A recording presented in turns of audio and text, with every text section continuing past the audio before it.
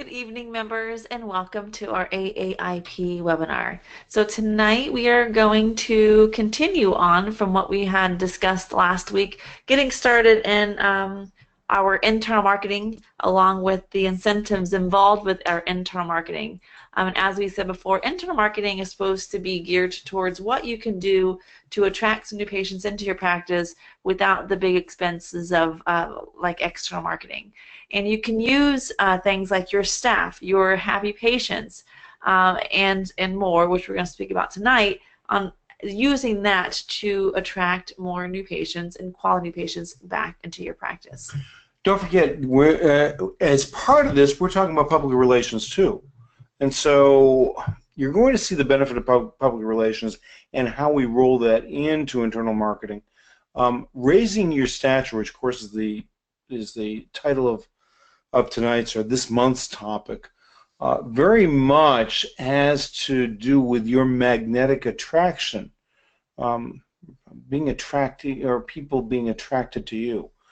You know, up until now, and for almost everybody on in the AIP, your attraction, essentially, your public relations efforts are towards your referring doctors, and so you do the things you do, whether it's study clubs or lunches or individual lectures to each of the offices. However you do it, we're using that same technique, that same PR technique, but now we're applying it to the general public, which also attracts more referrals, maybe from other doctors, maybe from some of these other methods that we're showing, and will even attract more referrals from the same doctors who refer to you now, because now you've raised your stature, and now you're above, in some way, other people, and so that your name becomes more prominent, and therefore more people will be coming to see you.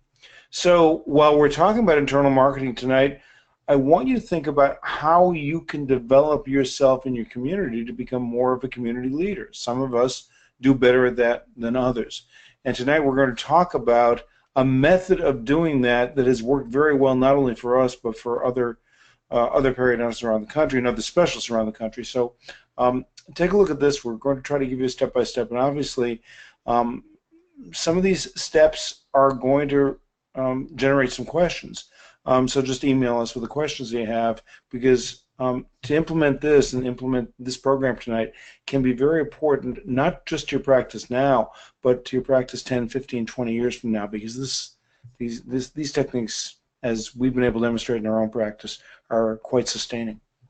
And also remember, as with everything that we teach with the AIP, to see this on the webinar and understand and see that it's a great idea and something that your practice can use and benefit from is one thing. The other thing is to constantly keep reminding your staff to keep this going, because starting it, you'll get some good responses, but if you don't remind your staff weekly about this, it slowly disappears. We remind our staff every week at our staff meeting to give out these cards, to talk to the patients, to do all these actions to keep it working, because if we don't remind them, they just get busy and they forget.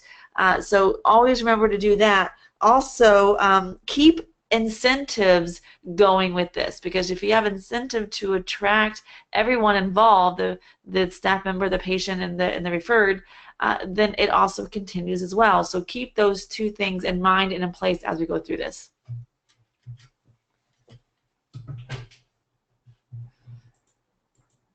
All right, so the first thing that we're going to look at here is, and I think many of the offices that we work with have already had or do have some type of referral card or paper or something that they are giving to their patient. They have something. So when I start talking about this sometimes with offices, they say, oh, we tried that, or we do that. So it's important to listen to the details involved in this, because this isn't your average referral card. Today, we're going to focus on the charitable giving campaign.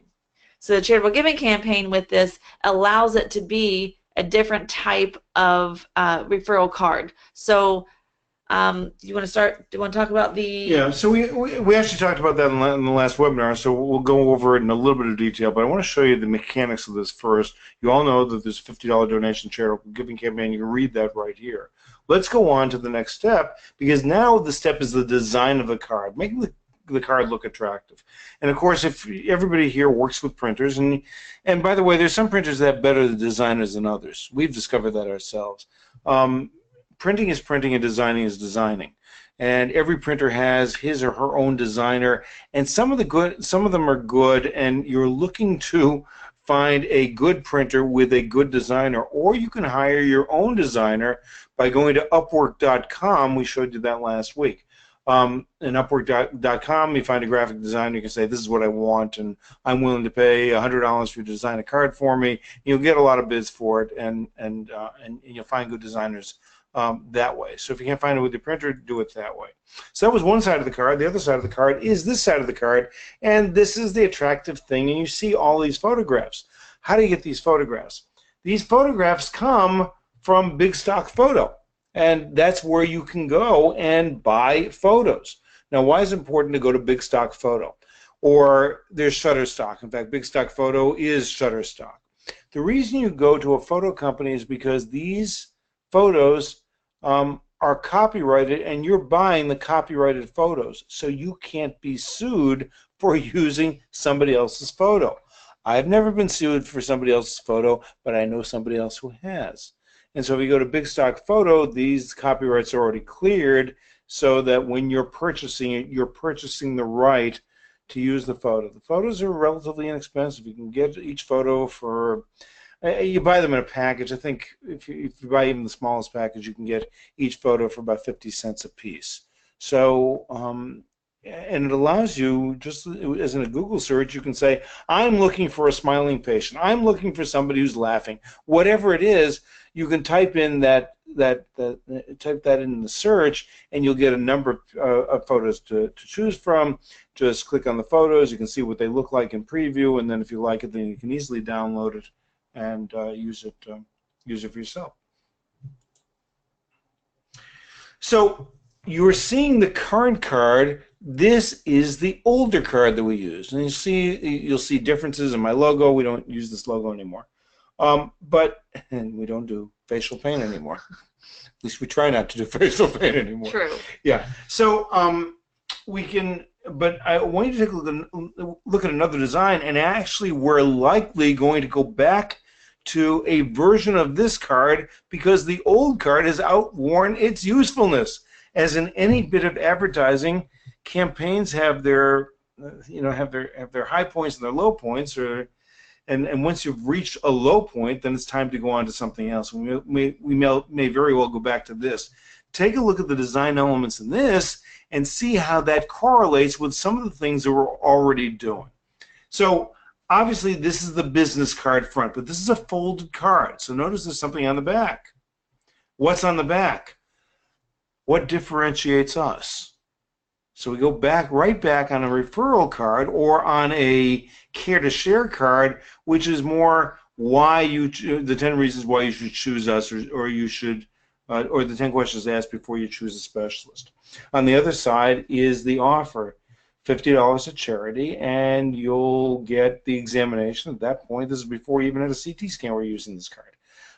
Examination, X-ray, CT scan for $50, the same offer that we've talked about with regard to all of the promotional things we do. We want to make sure the patient comes in less expensively. And we're going to talk about how this can apply to you and how you're doing actually your patients and actually your referrers, your referring doctors, a favor because they're getting a different offer from the offer that's ordinarily advertised on your website. So let's go into the charitable giving campaign. Okay, now the charitable giving campaign is something that we introduced. We talked about this last week. We did it because the examinations were becoming too expensive, and we wanted to come up with a different way. So what do? The first thing you do is select 6 to 8 charities that represent different segments of your population. Okay, we have 2 national charities, 6 local charities. The 6 local charities are the ones that people write checks to. And you look for these charities based on different age groups that they serve. So it's kids charities, it's hospices, ours. We have some adult charities. You can do wounded warriors or something like that. In other words, you want to pick charities, animal charities. You want to pick charities that are different enough that they're going to attract different segments of the population. Okay, and so you pick the 6 or 8 charities, and I'm going to give you some other criteria to look at as you're picking the charities as well. Now, the next thing is, if you're not sure of the charity, and most of us are sure of our charities, but the local charities you may not be sure of. You want to make sure they're 501c3s. Not that it makes that much of a difference, because technically, when a patient makes a donation to charity, if they're writing $50 to your charitable giving campaign, and they're getting x-rays, CAT scan, examination, everything else, they can't write that off. You can check with your accountant on that, but they can't write that off. You know, you can write off something if you're giving a donation to a charity, but there's no tangible benefit. Then you can write off the $50. But if they're getting $400 worth of services, then they technically can't write that off. But you want to verify that the charity is a charity, because frankly, this is your reputation that's on the line as well. There are a number of different websites to go to. This one is called guidestarorg, and you can type in the name of the charity and be able to determine whether this charity is legit or not.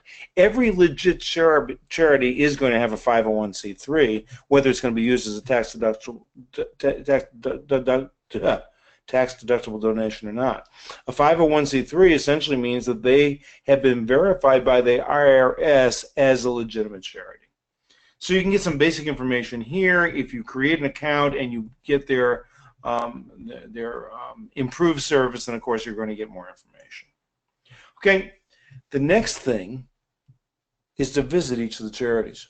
Yeah, and I was actually, I think I did a lot of those, if not all of those, when we first started this, and it was a lot of fun because, one, I really do encourage that you use local, smaller, or just local charities in itself. One, because local charities can refer to you because you're local, so they can say, hey, go see these guys, you know, they help us out a lot.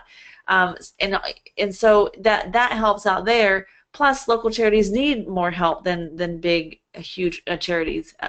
So keep that in mind as well. But when we went to introduce ourselves and to offer this to the charities, they were so excited about it.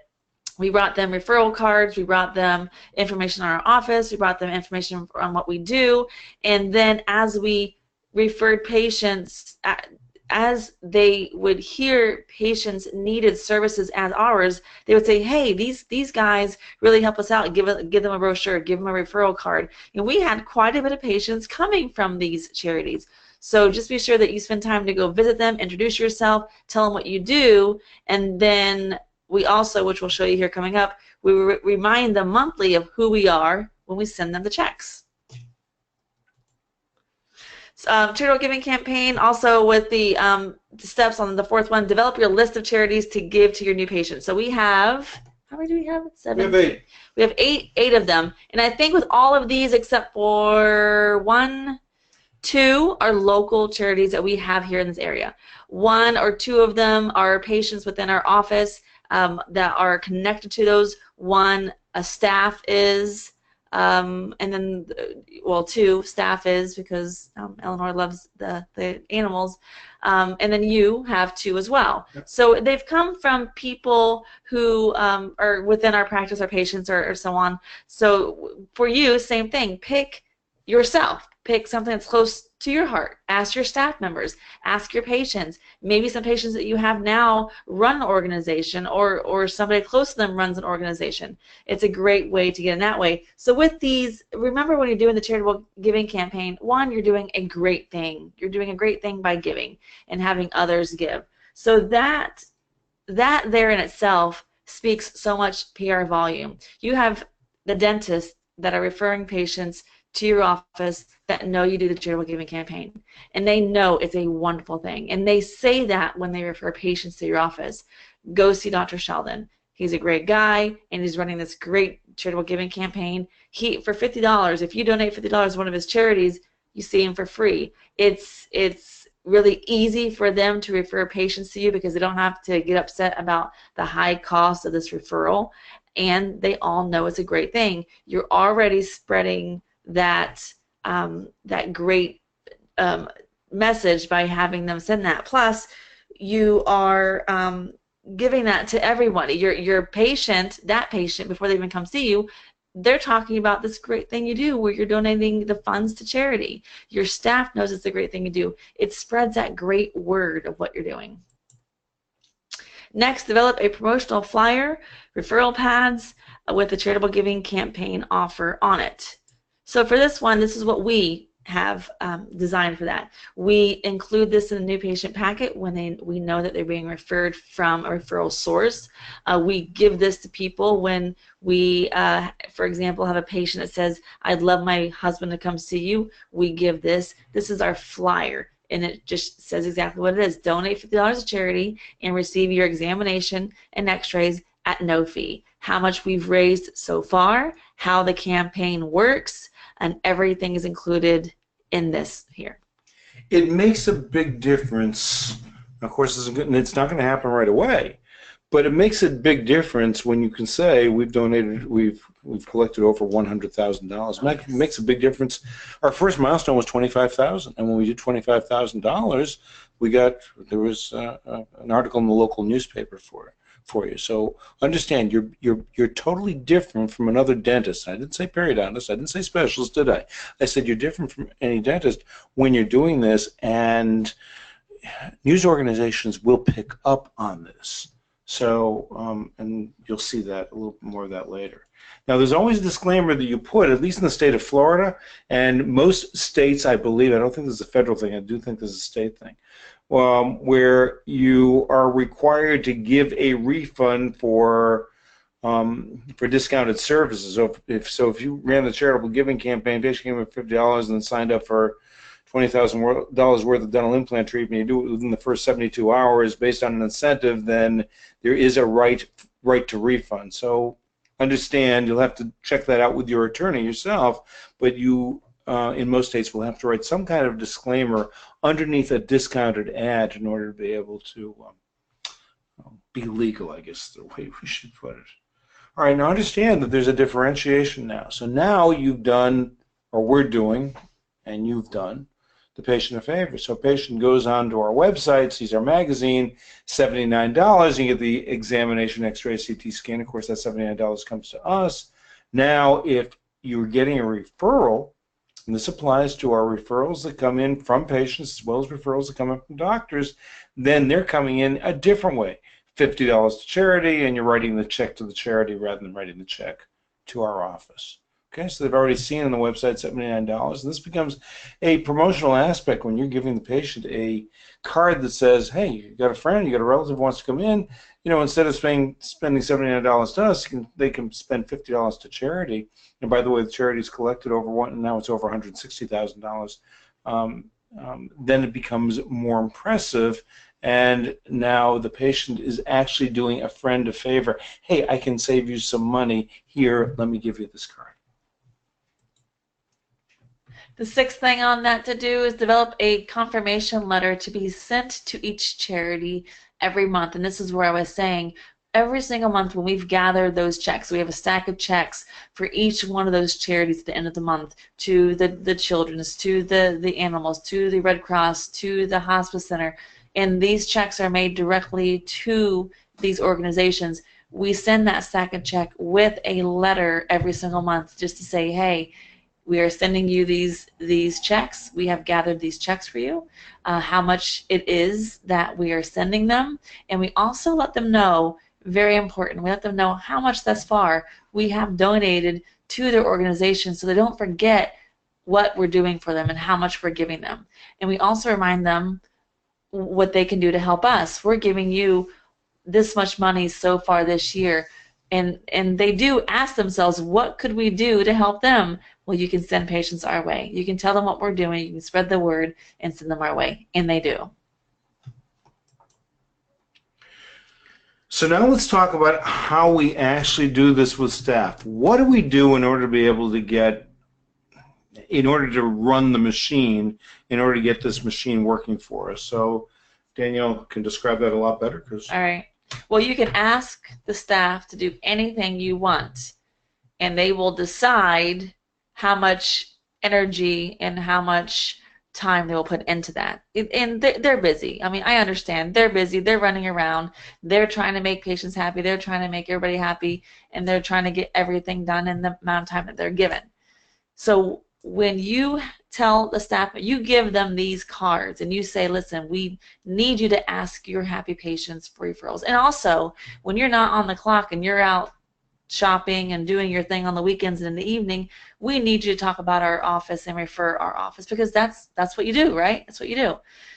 And we want to, and we have all intentions of doing that. However, that little red circle you see there on that card makes a big difference on how much energy they're going to be putting into this, because we tell them, put your initials on this card and put the person's name on that you're referring to this practice, and let them know they're going to get a great deal by you referring them to this office. For $50, and it's normally $400 and some odd dollars, they're going to get a CAT scan, full series of x-rays, examinations, options, everything in this practice, all by a specialist, the well-known specialist, Dr. Lee Sheldon.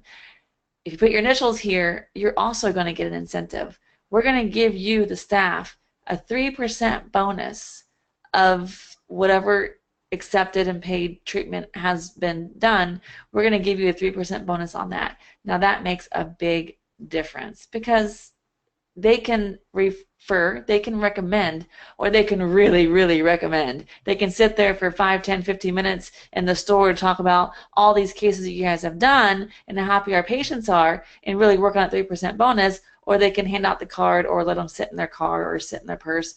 So it makes a big difference, but put that incentive on there. And we paid some pretty big amounts to our staff for these staff bonuses. That's 3% of the entire treatment fee. That's what they get. Okay, and that's if they get a new patient into our office themselves. Okay, it's not any other way than that.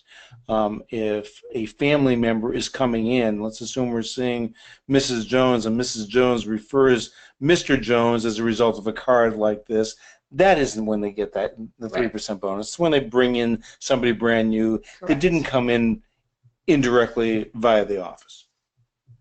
So we have the staff bonus, which comes in, and the staff bonus works very, very well. And like I said, we remind our staff every week, if a staff has earned a 3% bonus, we announce that, because it's a good thing. And when other staff hears the checks that have been given out, it makes them want to work a little bit harder at that. So staff bonuses work. So please add that on to your care share cards. Now, what's the staff bonus they get if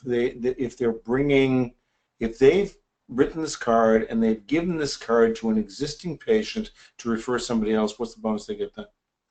You don't know. I think it was 1%. The 1%, yes, because I know we also do that for the hygienist. So okay. it is a different bonus level. Yeah. Now, if we're giving this to, because our staff, and I'm sure yours as well, we build really good relationships with these patients. And so if we know, Mary Jones, and we know Mary Jones just loves coming here, when she comes in, we're talking about stuff. If she says, man, I want to refer my neighbor here, my neighbor needs to know, she really needs some dental work, we give her this card, we put our initials on here, and we have Mary give this card, you're still going to get 3% bonus by using our internal patient as that billboard to go talk to her neighbor. They're still going to get that, because we don't know that neighbor. Okay. We know Mary, but we don't know that neighbor. Right. So she's going to do the work for us. Okay, so they will get the 3%. Right. Then. Okay. So we also have the patient bonus. So what's Mary going to get? Well, initially, if Mary is talking to any patient, and Mary's bringing any patient into our practice, we're going to send her a nice thank you card for referring to our office, and we're going to send her a nice little thank you coffee card for taking the time out to refer patients to our office. And it's a nice thing for them to get in the mail. It's just a few bucks. It's $5, $10 Starbucks card. It's a cup of coffee. So we make a point to send that coffee card to them, so they can go, wow, man, they acknowledge, they notice that I've done this. What a great thing to do. And if that patient accepts treatment, then we do let Mary know, another nice letter to her to say, hey, next time you come in for a cleaning, it's on us, because we thank you for that referral. Now understand, you cannot promise this in advance. In other words, you can't give incentives to patients to refer to you, but you can give them a gift after they refer to you. Okay? Make sure you don't promise incentives. I don't think that's allowed at any place. Or if it is, it's certainly not allowed in the state of Florida. So, and also the other bonus that we do is the 1%. We do a 1% bonus to hygienists when they recommend treatment to patients. Now, as we said before, patients, the hygienists spend an entire hour, most hygienists spend an entire hour with their patients. And what are they going to talk about? They're either going to talk about their dogs or their weekend or their vacation, or they're going to talk about something they see. Maybe talk about some type of cosmetic improvement procedure, maybe some implants, maybe something else. Even if it's, you know, whatever it is, if they're going to recommend needed treatment done and they can get that patient appointed with the doctor and a plan written up and they accept that, we're going to do a 1% bonus to the hygienist for doing that for us, for finding that and getting the doctor in. Okay, so now patient is in the chair and the patient is given the card. So now the patient gives that card to somebody else. Now that card has been distributed. Essentially, the patient is doing your marketing for you. And then the patient chooses, he comes in, chooses the charity, and then writes the check to the charity. Okay, so they'll just check off the list. They don't have to check off the list. They'll just write they'll just write a check to the Space Coast Early Intervention Center, for example. We then hold on to that check. And then at the end of the month, we'll send all of the checks along with a letter letting the person who's running the charity know that is coming from us, as Danielle said, and the amount that's been raised, and also the amount the total amount of the checks that come in, and we keep a running total of the checks that are delivered to the charity each and every month for that year. Now, you can get a big bonus out of this, and I got to tell you, let me just share with you some of the things we did. So we were working with a charity. It actually was a charity before Helping Seniors of Brevard, but the person who runs Helping Seniors of Brevard right now was running another charity at that time, and found out what we were doing. Now, the person who's running this charity is very much into PR. And you'll see how much into PR he is, and the difference that it made to us and to me as a result. So the organization is called Helping Seniors of Brevard County. It's a local charity. It's a 501c3 organization.